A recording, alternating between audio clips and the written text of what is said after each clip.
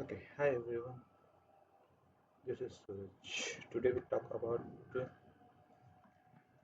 how web security,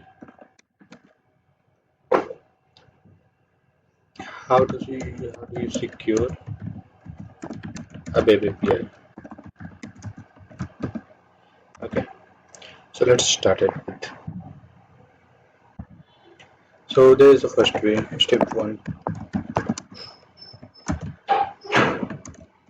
use HTTPS. Okay, so the first and most important step is the first and most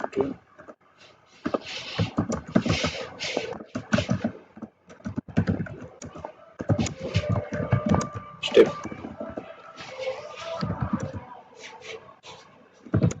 The first and most step is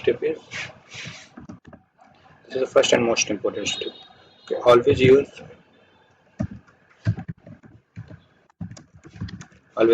HTTPS. Okay, so HTTP encrypts data. So what did they have to do? Like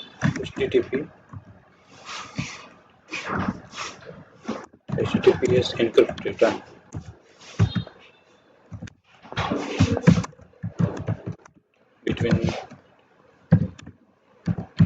between client and server. Without HTTP, without HTTP, they have sort of problem. Like token can be stolen.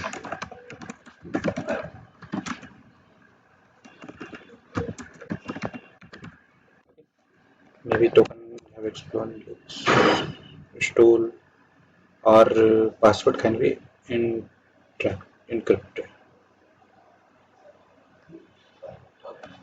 and password can be.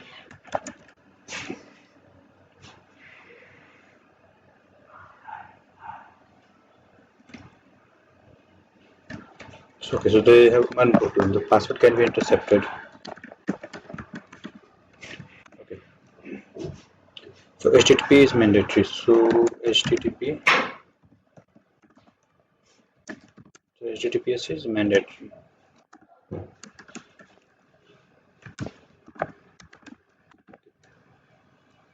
So let's go step second.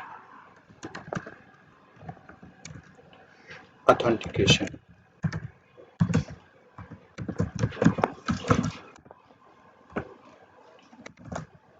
Authentication. Okay. So you must verify user. Okay. So what happened? So we must verify identity of user. Identity of user. Okay. So common method we have followed.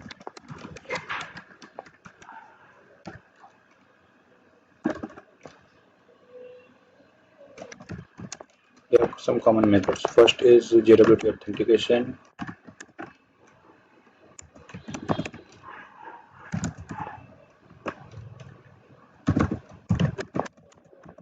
OAuth 2, OAuth 2, OAuth 2.2. Third is identity server.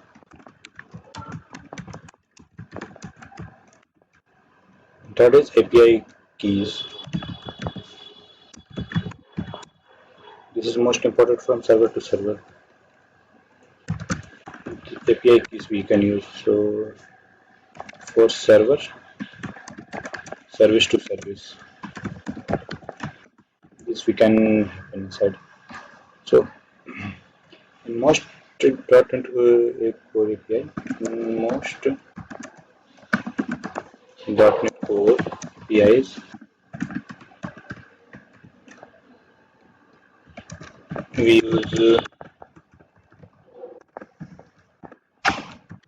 use JWT barrier bearer.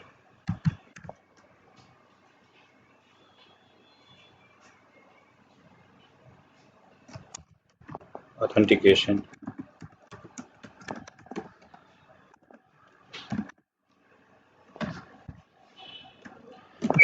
user logs in. So what they have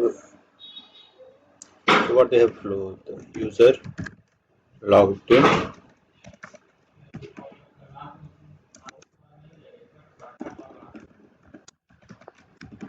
user logs in, and the server generates token, and then client sends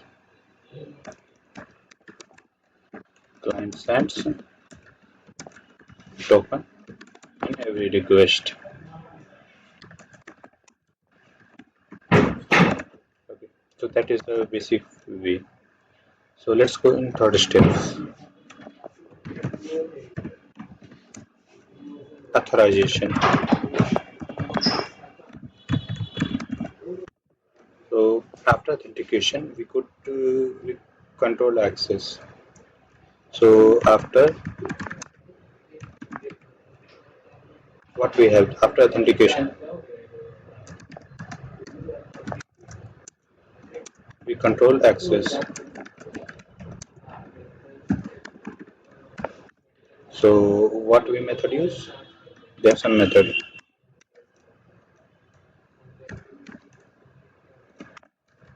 So first is role-based authentication, role-based authorization.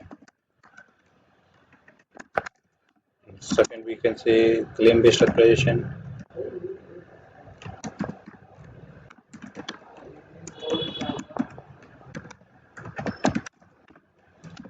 And fourth is policy-based authorization.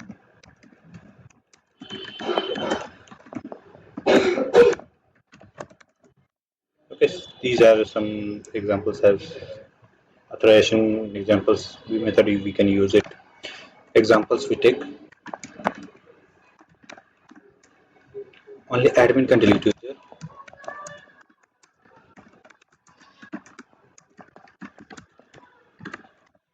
and only manager can approve orders.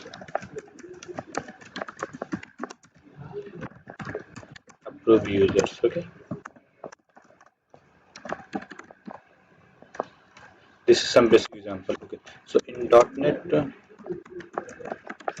.NET Core we use authorization, authorized,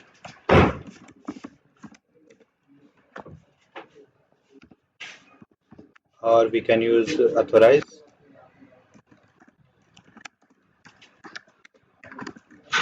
with roles and provide role name.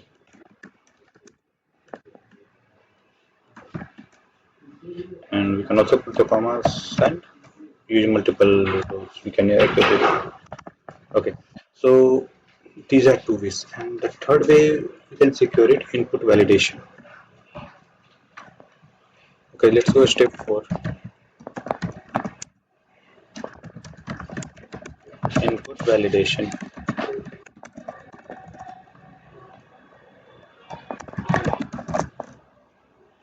Okay, so never trust client input. What we have to never trust.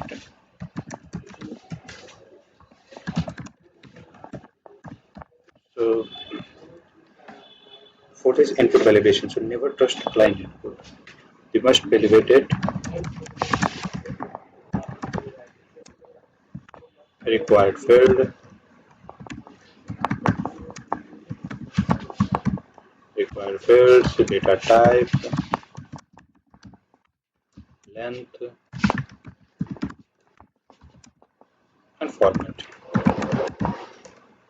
Okay, so the password that prevent that must be prevent the SQL injection, XXS,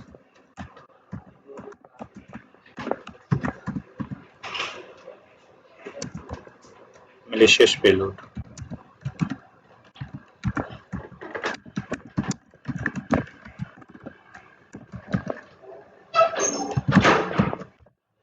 Okay, so the user model, validation, and data anonymous.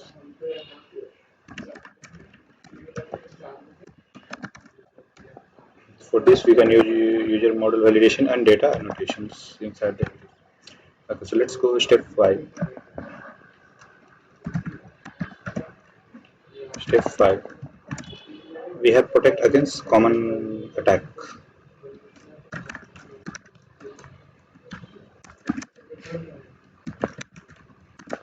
So we can protect against common attacks.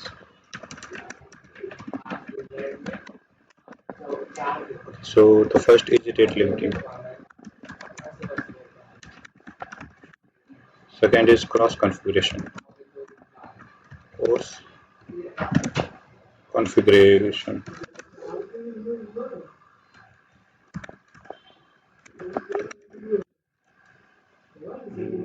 Okay, so the rate limiting, what they have to prevent brute force attack.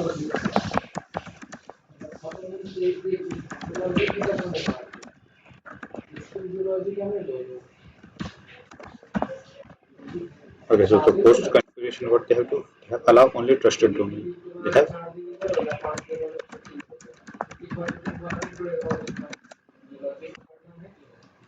They have to. And third, we use anti forgery token web APIs.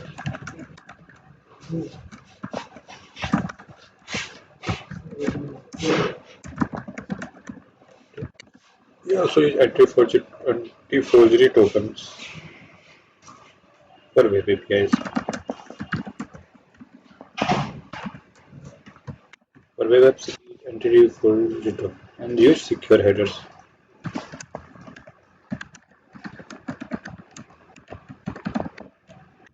We also use secure headers like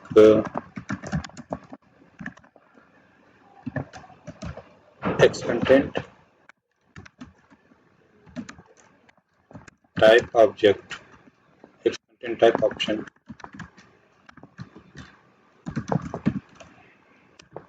and also have some X from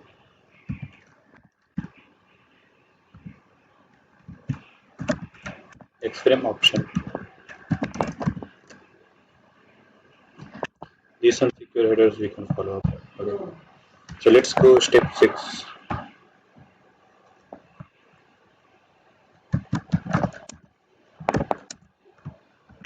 That is secure secrets.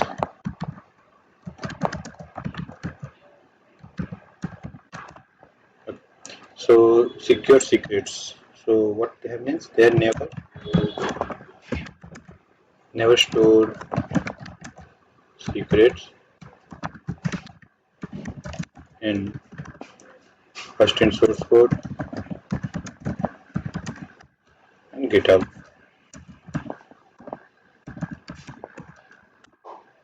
So what they can use? You use environment variable.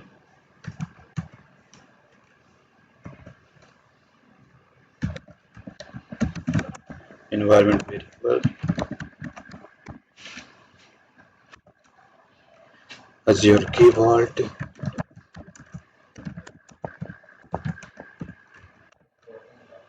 Secret Manager.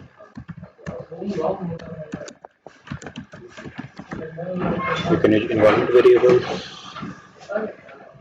in configuration config. App setting.json we use environment variable, Azure Key Vault, Secrets Manager. Okay, so let's go step 7.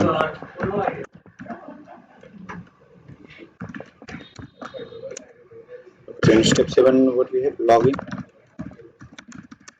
and monitoring.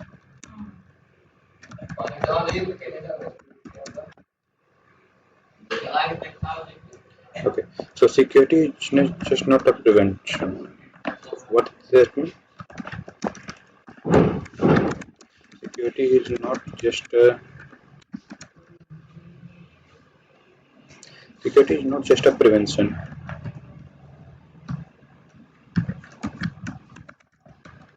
We must log failed login attempts.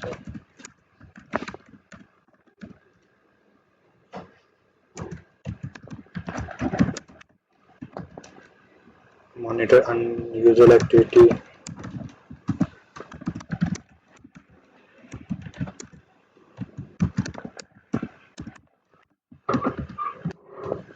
track API uses.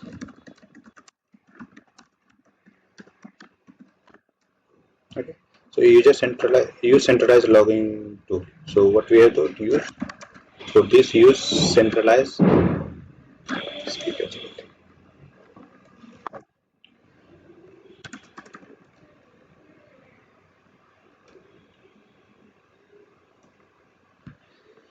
So for that use, we have used use centralize.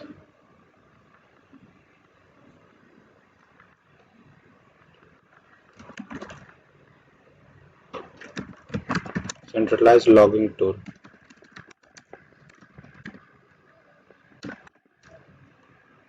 Okay. So these are some. Okay, let's go step 8.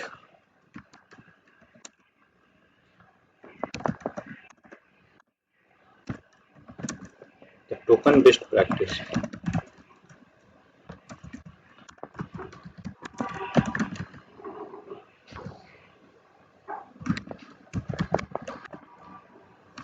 Use short expiry time.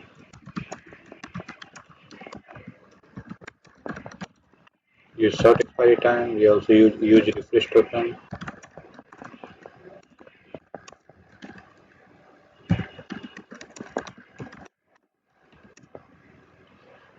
Validate issuer and audience.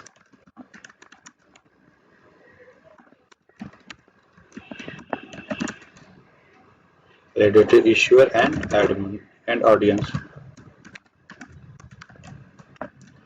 Use strong signing.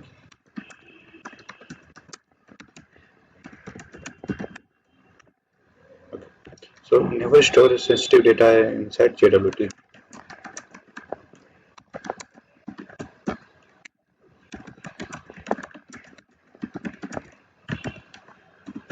These are some common token based practice. Use short expiry time, use refresh token, validate issuer and audience. Use strong sign key. And never store sensitive data inside JWT. Okay, so let's go in database level security.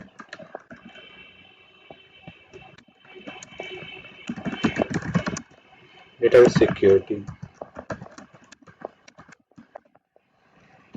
Okay, so what they have use parameterized query.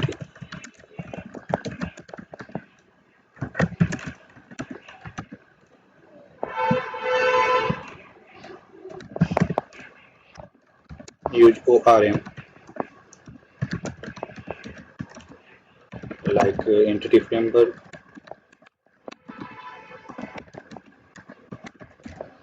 and Dapper.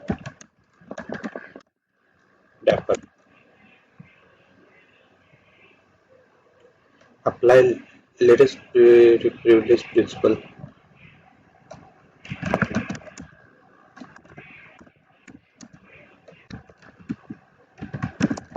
So apply latest privilege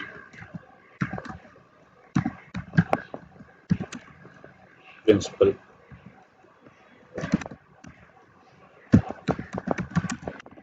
Okay. So database user not have full access. So database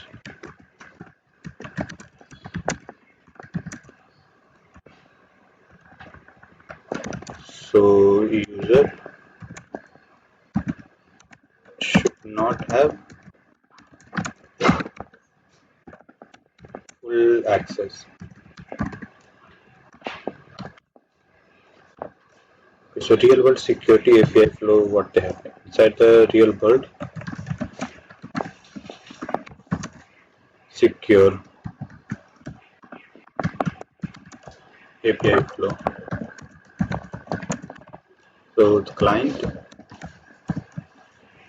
go to HTTPS,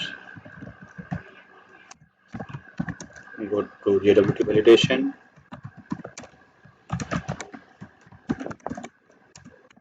then it's go authorization,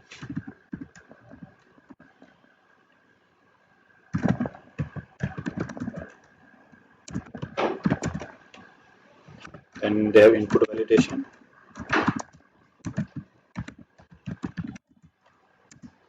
then have business logic,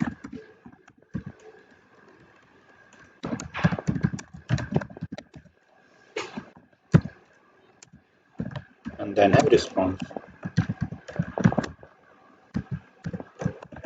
Each layer adds protection, so each layer adds protection. Okay. So let's take some important points inside that hub.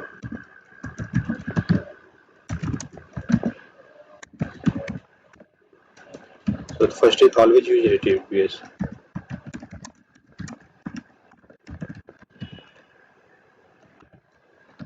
Second is authentication and authorization, both required.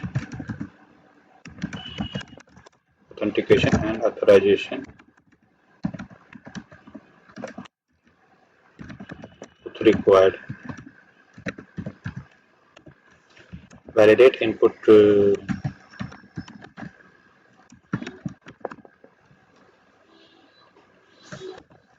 protect secret.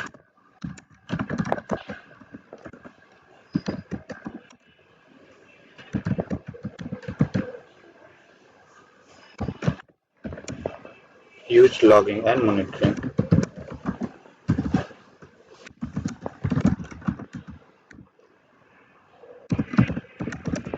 Monitoring. Apply principle of latest privilege.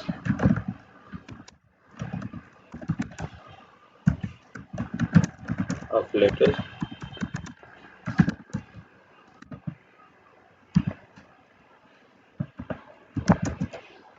privilege. So let's come to final thought. Okay. So security. So securing a web API is not a one step. Securing a web API is not one step.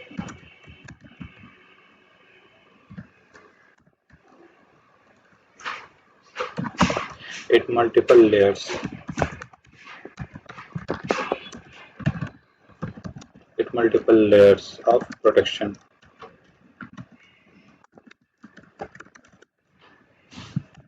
Working together.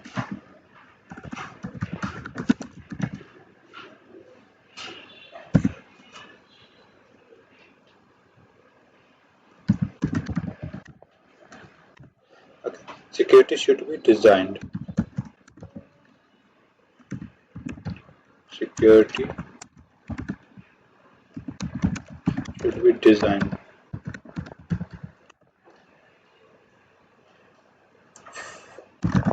from the beginning. From the beginning. From the beginning, not added later.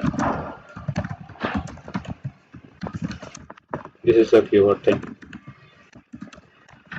Okay, so this is our the security. So let's just revise it everything. So how we can secure the web API? So it's some first step we use HTTPS. That first and most important step is always use HTTPS. So HTTPS, what they have to do? They just encrypt data between server and client. Without HTTPS, token can be stolen, password can be intercepted. So HTTPS is mandatory. Step second we take authentication. So we must verify identity of use. Common method is JWT token, JWT authentication, auth, identity servers, API key. In most .NET Core APIs, we use JWT barrier. JWT bearer authentication.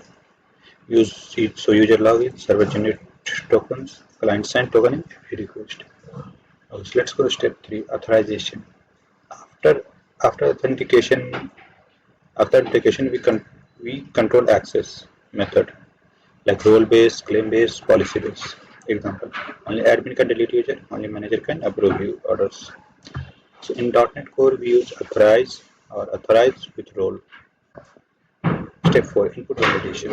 Never trust client input. We must validate required field, data type, length, format in the server side. That prevent SQL injection, XSS, malicious payload, etc. User model validate and data annotations. Step 5.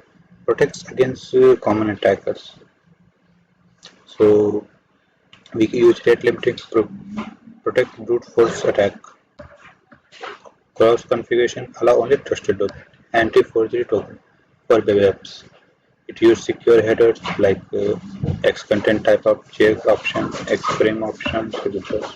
Step 6. Secure secrets. Never store secrets in source code or GitHub. Source code GitHub and source code or GitHub. So we use environment variable. We use environment variable, Azure Key Vault, Secret Manager, etc. Step 7. Logging and monitoring. Securing is not just a privilege.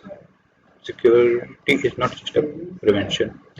We must log failed attempts, log in failed attempts, monitor user activity, track API users, etc. Users use centralized logging tool. Let's step 8. Token based practices. Use shared experience expiry time. Use not expiry time and also use refresh token. Validate issuer and audience. Use strong signing key. So never store sensitive data inside JWT. Step 9. Database security. Use parameterized query. Use ORM like entity member, temper, etc. Apply latest privilege principle. So users should not have full access.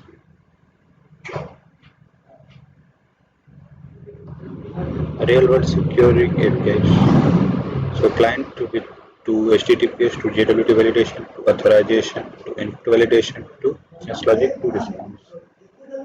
We used each layer add protection. Important points like always use HTTPS. Authentication and authorization both required. Validate input. Protect secrets. Use logging and monitoring. Apply principle. Apply latest principles. Apply principles of latest privilege. Final thought: securing a web API is not one step, it means multiple layers of protection. Working throughout, security should be designed, not from beginning, not added later. This is about it. Thank you.